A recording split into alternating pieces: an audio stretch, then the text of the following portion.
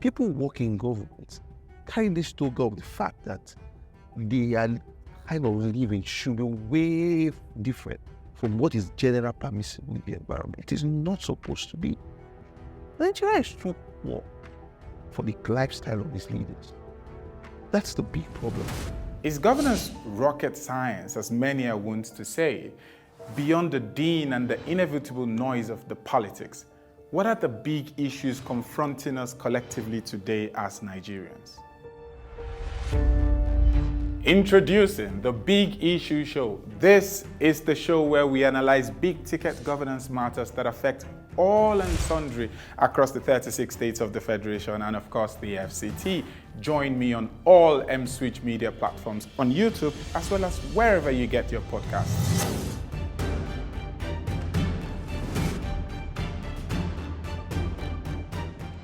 Hello and welcome once again to yet another edition of The Big Issue.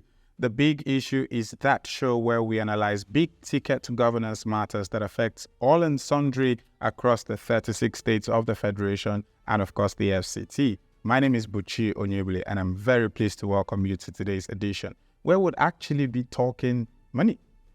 Yes, money. But the kind of money that affects you, me, and everybody. In fact, the type that affects every Kola, Obi, and Hassana. Today, we'll be talking about the cost of governance. Yes. How does it affect you? How does it affect me? We've had to make serious sacrifices over the past couple of weeks, or maybe actually over the past month. Well, how are we going to exact the same sorts of sacrifices from those who govern us? Of course, we'll not be having this conversation alone. I will also detail how much more we'll do in a very short while. Stay with us.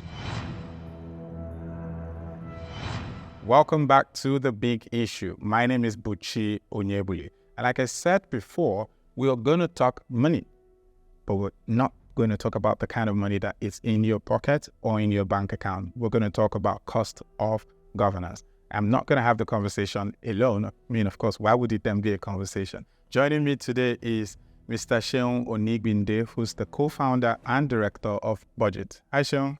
Which is a great pleasure being here. Thank you for inviting me to this amazing platform. All right. Thank you very much for actually agreeing to join. I'm pretty sure that you, just like every other Nigerian, have had to re-strategize around what's coming to our pockets and what goes out of our pockets in the past month or so. At the beginning of 2023, when the former President Muhammadu Buhari signed the 2023 appropriation bill into law, we saw that subsidy was going to end at the half point of the year. But for some reason, you know how we Nigerians are. We sort of, as long as we can delay the inevitable, we don't have to fixate upon it. And then, the new president came in. That's President Bola Ahmed Tinubu, came in and in his inaugural address says, well, subsidy is gone. And all of a sudden, we've all had to begin to re-strategize the way we spend, the things we prioritize, and it didn't end there. We've seen that the currency rates, that's the foreign exchange rates, are now being unified, which means that, of course, we can expect a few more shocks to our pockets. The president also did say, to his credit, that he's asking us to make sacrifices. Okay, we don't have much of a choice. We agree we're going to have to make the sacrifices. But how much exactly are we expecting to make? What is the impact of all of this? Thank you very much. And it's good to be here once again. The subsidy issue had lingered for years. We had this Occupy Nigeria in 2012, January 2012. And it was a huge conversation, the fact that we need to put efficiencies in government. Because, there were slogans there that kill corruption, don't kill Nigerians. And so we're part of the... Sort of like let the poor breathe? Yeah, let the poor breathe, don't suffocate them. But all of that, everybody has gone through that cycle. Everybody promised to do it. There was a time when NPC and GMD said during the Buhari show that subsidy is over. I think it was a time where oil prices dipped. 2020. Yeah. And it came back and rose to the horizon again. And people, they couldn't have the political muscle to do it. I say commend the president for doing it, at least having the political muscle to do it, because it's easier said than done. But the question is, how did he do it? I don't like that process, and I don't think he worked within the framework of democracy. One, you need a lot of consultation for those decisions like that. Two, you also need to define the palliative and and how you're going to mitigate the effects of this, because as we have seen, this is going to have significant inflationary effects on products. And I also think that you also need to look internally, like how do we also sacrifice so you build some level of solidarity and trust with the people. Those ones did not happen. And it's very clear that from subsidy and exchange unification, you're practically asking Nigerians to sweat more, to pay more, and you have not proven how you are deserving of this. This, for me, is the challenge. I like that particular part where you're talking about, you're expecting Nigerians to sweat more, pay more, and then I suppose we're going to come back to what it is we expect them to do. At the end of our previous show, when I was with Dr. Joe Abahe, it was sort of what we ended on. If you're going to ask us to make sacrifices, well, we're going to ask you to make sacrifices as well. But I also kind of feel like the picture of the sacrifices we're expected to make is not as clear, because people often talk about it in terms of, okay, we're going to buy fuel at 540 something or 550 something, depending on where you live in the country. But it's not just about the fuel, is it? It's also about the knock-on effects of just about everything else. Yeah, oil prices, fuel prices have a flyover effect on general price levels, because and sometimes it's not guided by fact, it's not guided by evidence. It's just because we're emotional in those conversations. So when to see that if I was going somewhere, it was 200 naira, it's now 400 naira. So even if I sell something for 50 naira and the input costs have not changed, the logistics costs have not changed, I also feel that I have some demand and obligation to take some, to rise it up a little bit so that I can maybe meet my new cost of living. And you get to see that happen just generally around the system. I've been observing a little bit. I don't think it's as bad as people thought it would be. For me, moving from 185 to 550, because you would see that maybe we would have things, things tripling overnight, but it has not been that way. I figure, but it doesn't mean that Nigerians are not going through a whole lot at this time. A country with the poverty levels that we have means that you need to be careful and sensitive to how we put more people in impoverishment. But it's subsidy is an inevitable decision. Subsidy removal, because we've come to a time where, at the time I was heavily against its removal, because I believe that, this is the little social security, in quotes, that Nigerians have come to enjoy in mass. Because why does government exist? The security and the welfare of people.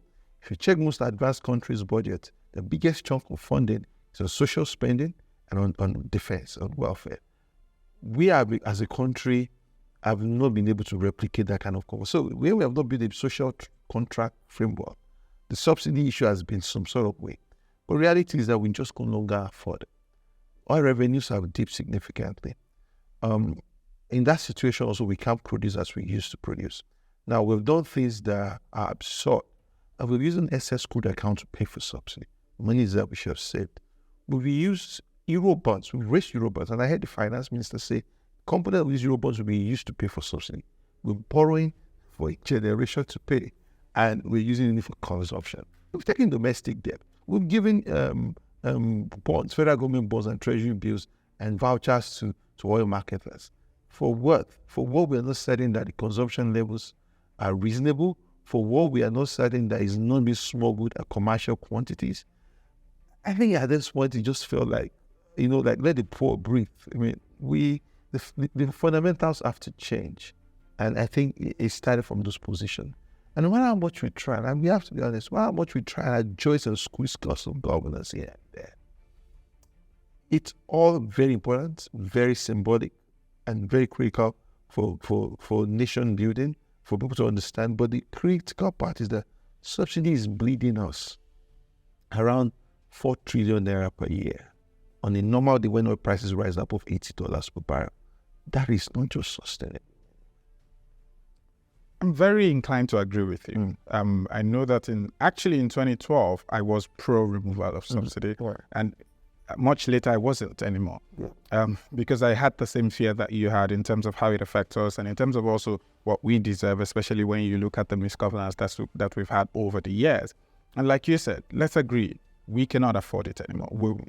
The moment you begin to borrow to pay subsidy, it's clear you cannot afford it.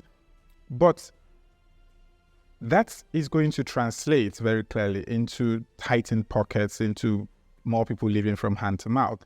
But we're looking at the people who govern us and seeing people who haven't tightened their belts as well. I mean, I remember very clearly that in 2019, in October 2019, when we faced dwindling revenues in the country, the former President Muhammadu Buhari reduced the foreign trips allowances of public servants and even said they had to take approval before they make those trips, only 4 trips a year at that level.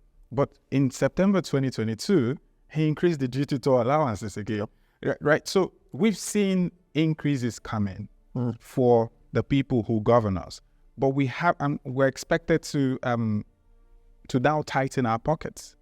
You know, the thing is that Nigerian leaders don't live like the people they govern. That's the most unfortunate part. Because you don't see a member of parliament in the UK or a congressman in the US live in an ostentatious manner that's different from what you find like a reasonable level within the society. You know, we've built a power symmetry where you think government deserves everything and the people just deserve nothing. And just because we've chosen not to build a social contract framework, the government should be responsible for its people. The people have some form of duties to their government. So in my own view, when I was analyzing subsidy 2 years ago, I would say set up a framework to build a social contract framework, which means we get a proper identity system. We understand the income levels of people within those identity systems. We ask ourselves, how much can we give to different income bands as some sort of subsidy support? It could be we're giving them education vouchers to subsidize education. It could be some people we're going to be direct payment, cash payment to some people.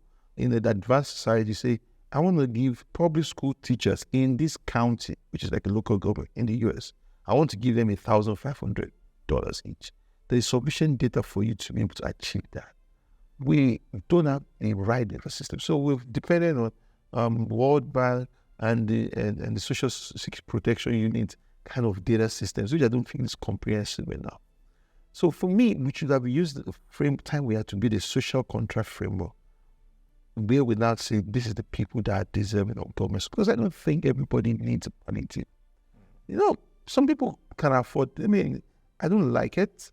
20,000 naira for now feels so small, but it just means that I have to now make trade-offs with trips I go and what I don't go. But how many people can afford to put 20,000 naira fuel in their cars?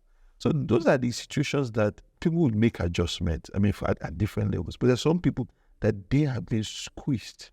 And I figure out that that's what this government has to figure out. How do you help the poor and the most vulnerable? It's still not something that is straightforward. I like the point you made about, the examples you gave in some countries where you take a particular county and then you say, okay, we're going to give XYZ to teachers in this county. I like that particular example, and which leads me to a demographic of leaders that's not as questioned as the ones that we're currently questioning. Because if you're looking at that particular example, that's regional and local government. And so if we're talking about palliatives and helping those who are vulnerable and much the poorer, the people closest to them are the state governors, the local government chairman, is it? Yeah, the biggest flaw of our federation, if you call it federation in quotes, is is how we've destroyed the local government system. I would call it the obliteration of the local government system. I remember in the early days of this Fourth Republic, we still voted for local government chairman the same way. We voted for governors and for the president. Somehow, that whole arrangement just scattered. And we started having state independent electoral commission. And somehow, we never understood the fairness anymore. It was now left at the discretion of the governor, whoever, to say, this is when we have elections, this is when your tenure ends, and this is when the elections happen. And it's just so unfortunate because in the proper federation system, the local government is the critical asset that the people have. It's the place where they can complain. If you look at the US, we borrowed this federation from the US to some extent. Because the UK is to some extent a centralized system.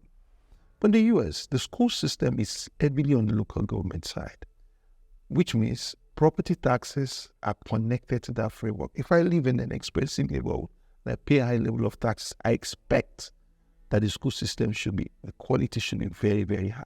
But there's no you can even live in Banana Island and you can't send your kids. People can't send their kids to public school systems around that area, or even Asokoro or Maitaba. And that's something we've lost. We have to find the financing of the local government systems has been abused. States have encroached significantly into it.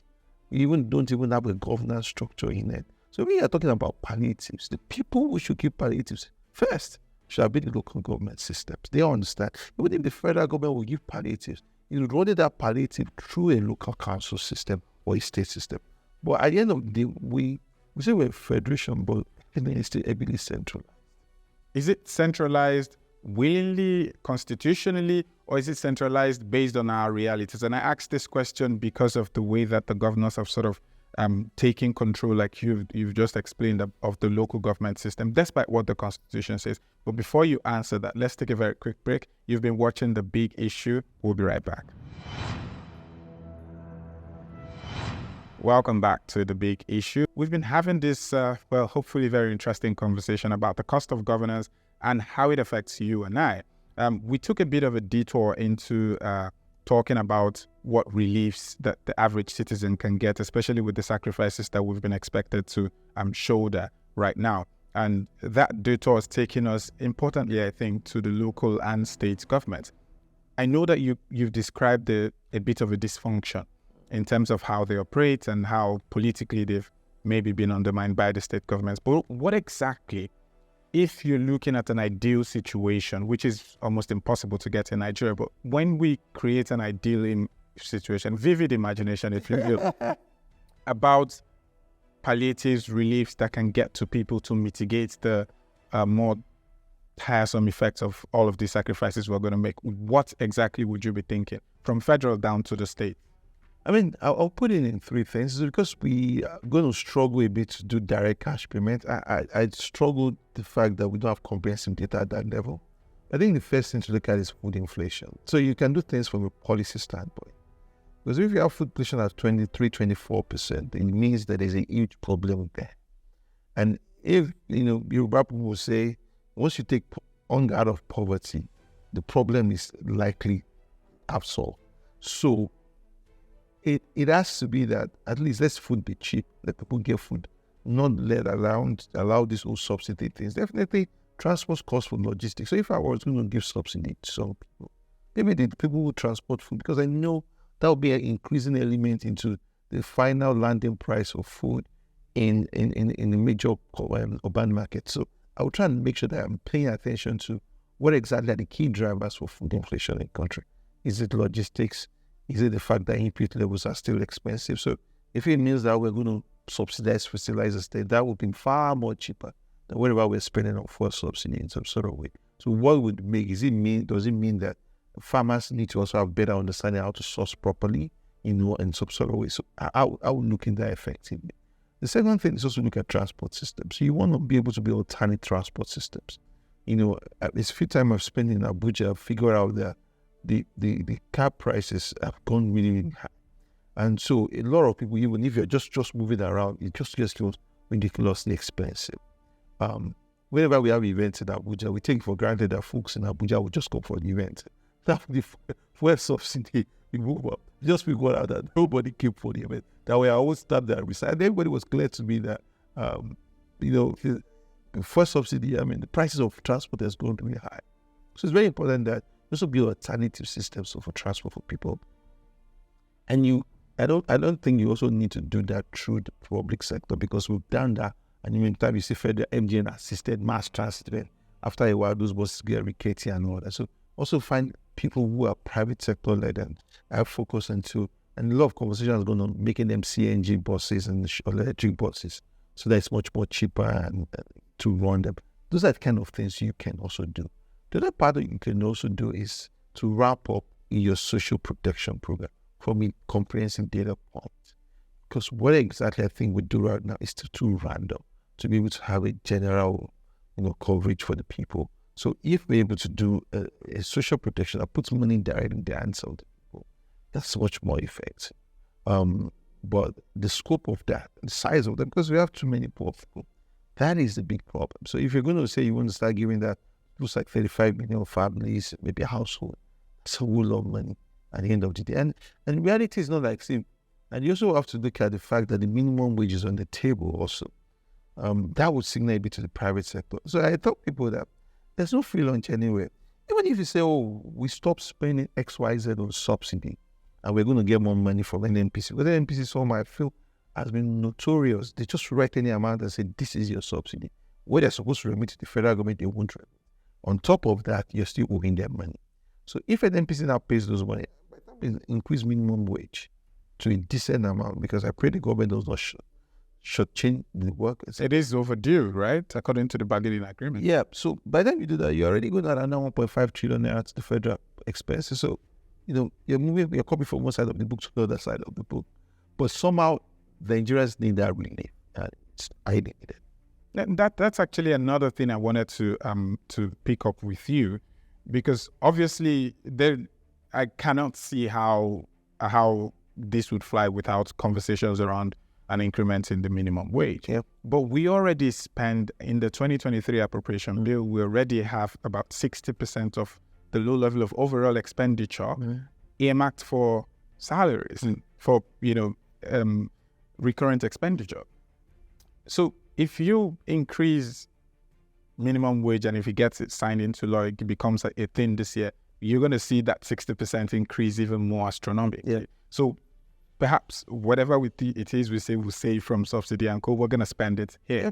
So how exactly do we then balance this? What is the sweet spot between being able to cater for the expected increase in what we'll have to spend by, trying to give us more to spend, and not tacking on more into a bill that's already is high? We can apply short-term fixes, and short-term fixes like, definitely there has to be an increase in minimum wage. Definitely, we also have to look at the fact that debt servicing cost has been rising significantly.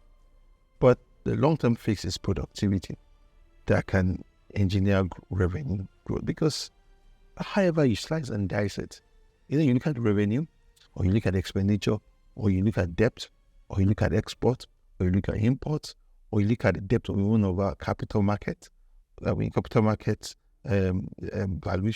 or you even look at the size of our financial market. Everything about Nigeria relative to GDP, relative to income, relative to population is small. That's the fact. So in some sort of way, we just have to figure out a way to engineer product. We have to be, I don't want to reference we have to go for consumption to production. But I don't even think we need to go for consumption to production. We just need to, because we're still going to consume even if we produce more. We just need to be a country that produces. I don't think it's easy that we just need to be a country that produces efficient, and we are unique and competitively, because definitely if we're going to be more effective with that, it means we will have to sell to that part of the world, and which means we will have to competitive on pricing and on quality. That's where the hard work is, and that's how I escape from all of this, because like I showed you, we're just moving funds from one side to another, because except the government is going to say take 40,000, 50,000. If we're going to be very decent in Nigeria of today, you need a minimum wage of around 80,000 naira minimum. With the labor is starting his argument from 200,000 naira. So by the time you get to that point of like 80 to 90,000 naira, you already moved the minimum wage, and the state governments may get more money, because maybe you were exchanging at 400 naira, now you're exchanging at 700 naira, so you definitely get a little bit more money. But you also, if you're going to be fair to your workers, it means the recurrent cost will also rise. So, but the thing about subsidy was that because it was grossly inefficient. Because one, we're putting money in private pockets. Two, it looks like we could all be good at our way. We had just to have to borrow. But reality is just that the long-term fix of this, that this country must be productive. I mean, look at us, exports of around $43 billion. If you balance that out, you look at something like South Africa, they do more than twice of that. Or imports. Even people think Nigeria is an importing country. I say, which size of import are we talking about here? Because if in decent country, there's a size of imports that you even need to strengthen your manufacturing base so that you can expand your exports. We don't even have a significant import base. But like I said, look at every index and benchmark it to population, benchmark it to GDP. You see that it's very, very low. So it's something that we have to sit back and look. And that's why structural fixes that could fix the macroeconomy now, first subsidy, exchange rate inflation, if it's done with fiscal discipline, because that's now the hard work. That's one of the things I want us to sort of attempt to fixate a bit more here. Much has been made about, talk about the Oronsai report, make the civil service leaner. I've had conversations with some people who insist it's not that bloated. Maybe it's just inefficient. So some insist it's bloated. So many people aren't doing anything, and one of the ways would be to reduce it, which of course would add to your unemployment rate. But that's a different conversation. Some don't want to consider. But when you look at the fact that the Oronsai report back in 2012 suggested merging industries, almost halving the merging agencies and departments, almost halving the number of institutions, public institutions that we have, and some of them taking them away from making them self-sufficient. But right now, the numbers maybe doubled since 2012, since that report. Is this one of the ways that you think government can cut cost of governance? It's very critical. But what you pay attention to what National Assembly does, every time there's an establishment bill. In fact, if you do an analysis, close to 70% of bills being done by the National Assembly, it's an establishment bill. Everybody wants to put the federal government establishment in its locality, in its constituency. The College of Education here, Polytechnic in there, a research institute there, a small university school there, and it's all over the place.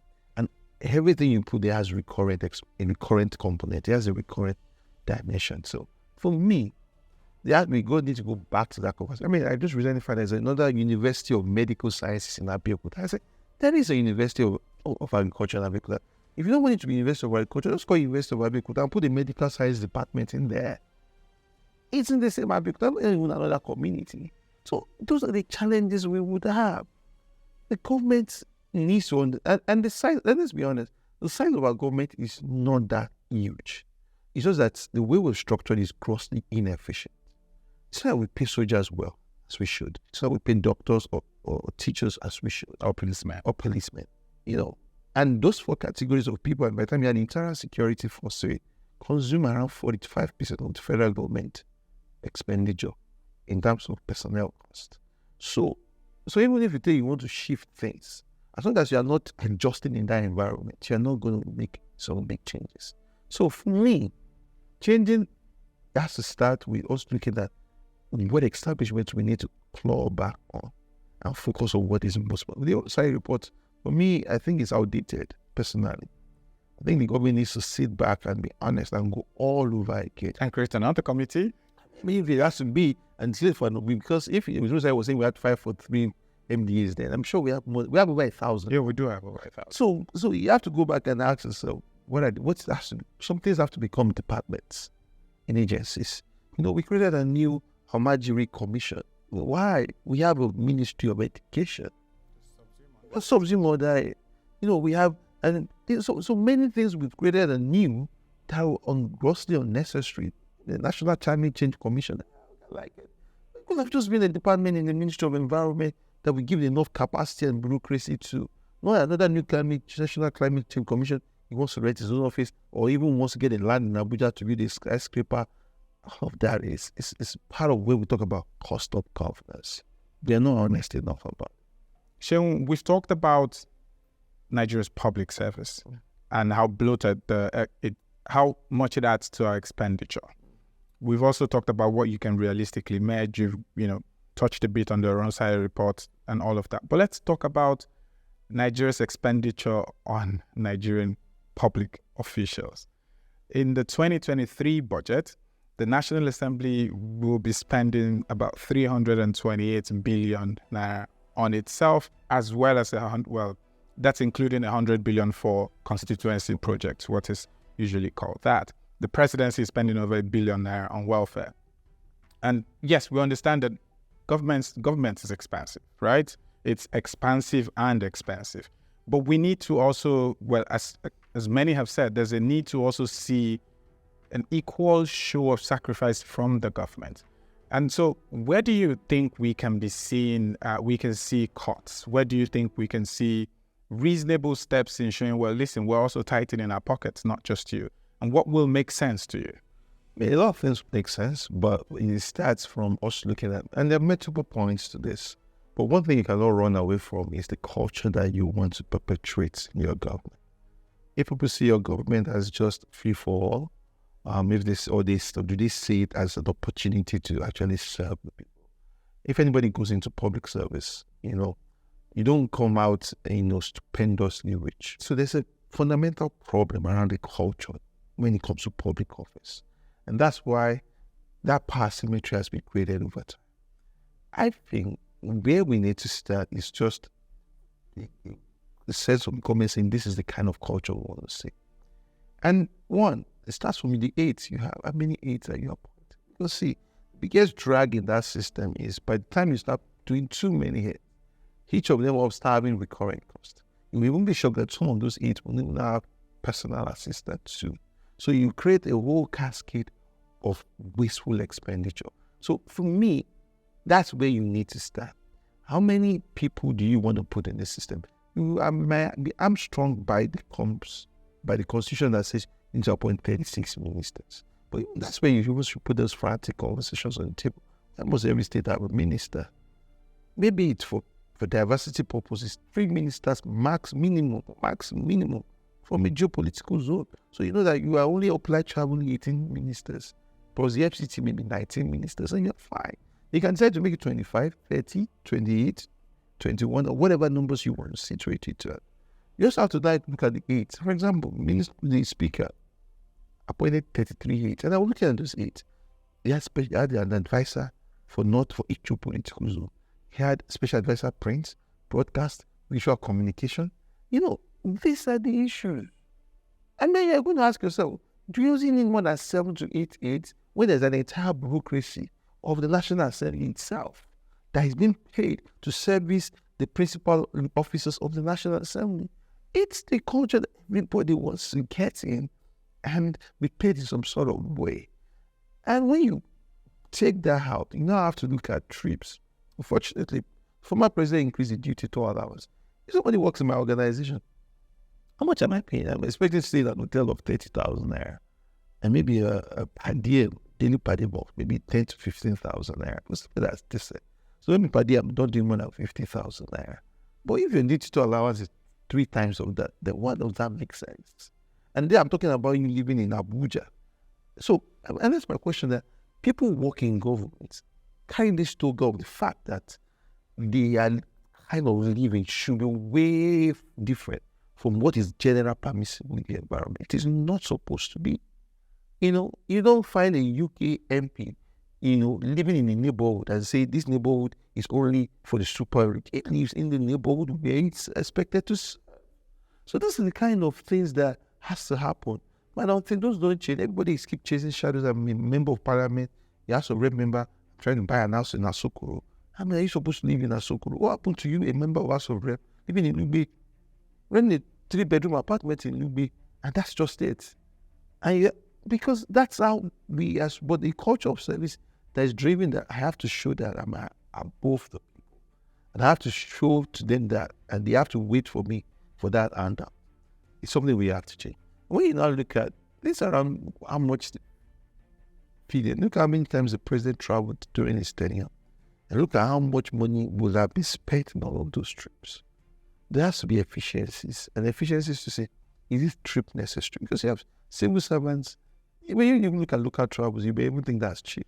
But when it comes to international travel, huge amount of money being taken for those things. So the and I'm not being honest, if you look at the entire wide cost of the cost of federal government, it's around 400 billion. I'm not going to say 400 billion in a budget of 18 trillion is a game changer. No, it's not a game changer. I'm being honest. But you need to show some solidarity. It's not just about the amount of the money. It's a kind of culture we're perpetuating where people feel I'm going to public office and it's an easy path to just live free for all, a freeloading kind of opportunity. It's not right. So I want to ask a question that ends with who sets the tone, but a bit of a background, because this was the same thing that Dr. Joe had said when we hosted the previous show. Last month, actually, I was in Kigali for work, and in the same hotel I was in, there were staff members of, I think, the National Assembly doing a retreat on a version of the PIV. That was in Kigali, Rwanda. They were Nigerians. I, of course, just kept quiet and ate my meals. And I saw them at the lobby for the 3 days that they were there, or 2 days. I can't remember. But I actually put up a post that day. I think I either tweeted about it or I told a couple of friends that, I found it really weird because that engagement looked like it was just Nigerians who were there. And you flew from Abuja down to Rwanda to have those deliberations and you're flying back. And so clearly that's another avenue. But who sets that tone?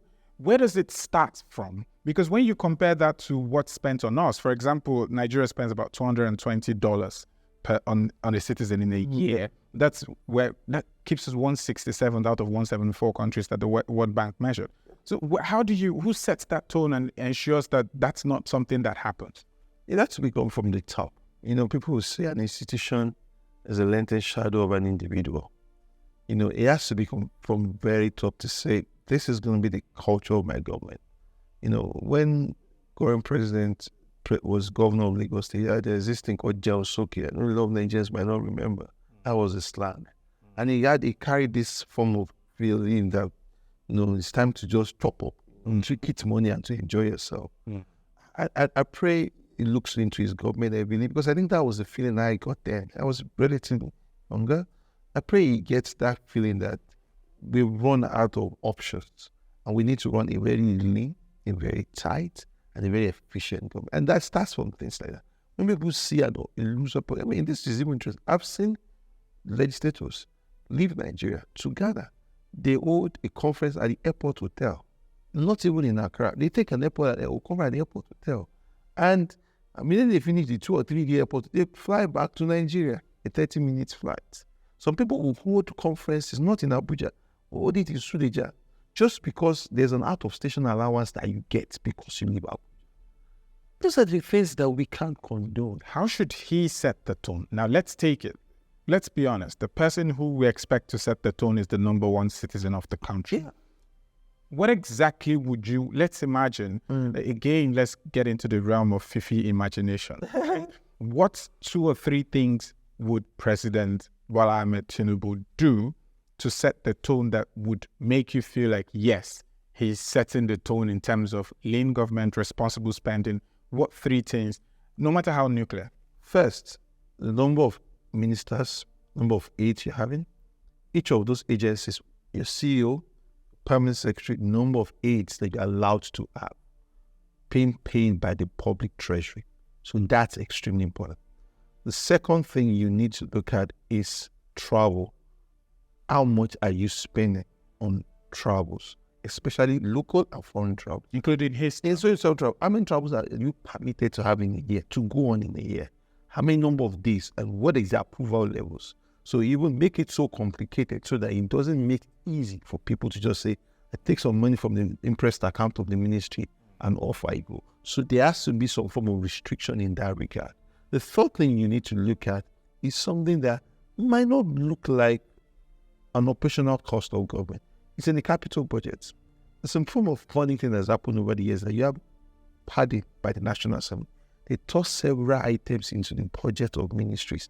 We have no mandate to do them. So you go see NIPSS building a road in Kalimosho local government. You go see border community development agency also delivering solar lighting systems in a place where had nothing to do with border communities. It's become a huge, shakedown, arbitrary opportunity. That is also and they put pressure on the MGs to make this happen. Yes, have a grip on the fiscal. How do we tackle that particular one? Because I'm aware of it. It's not the first time I'm reading this. We see it in budget. Your organization have highlighted this a number of times. But it comes down to the fact that the budget is a bill that is passed by the National Assembly. Turkeys don't vote for Christmas. How do we fix that? You just don't fund it. Because you have, and the painful thing is that these things were happening with the $100 billion bracket.